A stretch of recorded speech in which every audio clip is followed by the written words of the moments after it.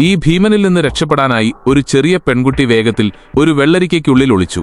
എന്നാൽ അടുത്ത നിമിഷം തന്നെ ആ ഭീമൻ ആ പകുതി വെള്ളരിക്ക തിന്നാൻ പോകുകയാണെന്ന് അവൾ അറിഞ്ഞിരുന്നില്ല. അപ്പോഴാണ് ദയയുള്ള ഒരു വൃദ്ധനായ ഭീമൻ അവന്റെ കയ്യിൽ പിടിച്ച് ഈ വെള്ളരിക്ക ചീഞ്ഞതാണ്, ഇതിനുള്ളിൽ പുഴുക്കൾ ഇഴയുന്നുണ്ട് എന്ന് കള്ളം പറഞ്ഞത്. ഇത് കേട്ടപ്പോൾ തന്റെ വയറിന് അസുഖം വരുമോയെന്ന് ഭയന്ന് ആ ഭീമൻ വെള്ളരിക്ക വലിച്ചെറിഞ്ഞു. എന്നിട്ട് ദേഷ്യത്തോടെ മുരണ്ടുകൊണ്ട് മേശപ്പുറത്തുനിന്ന് കുറച്ച് ക്ലോറിൻ വെള്ളം എടുത്ത് നടന്നകന്നു.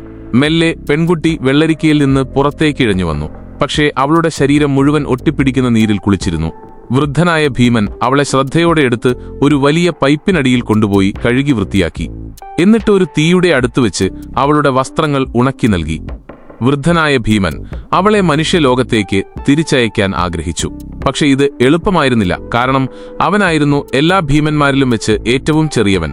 മറ്റുള്ളവർ അവനെ എപ്പോഴും കളിയാക്കുകയും ഉപദ്രവിക്കുകയും ചെയ്യുമായിരുന്നു.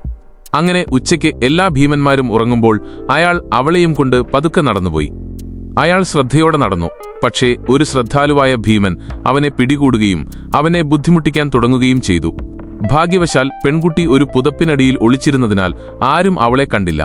അവൾ വേഗത്തിൽ ഓടിപ്പോയി ഒരു പഴയ കാറിനുള്ളിൽ ഒളിച്ചു.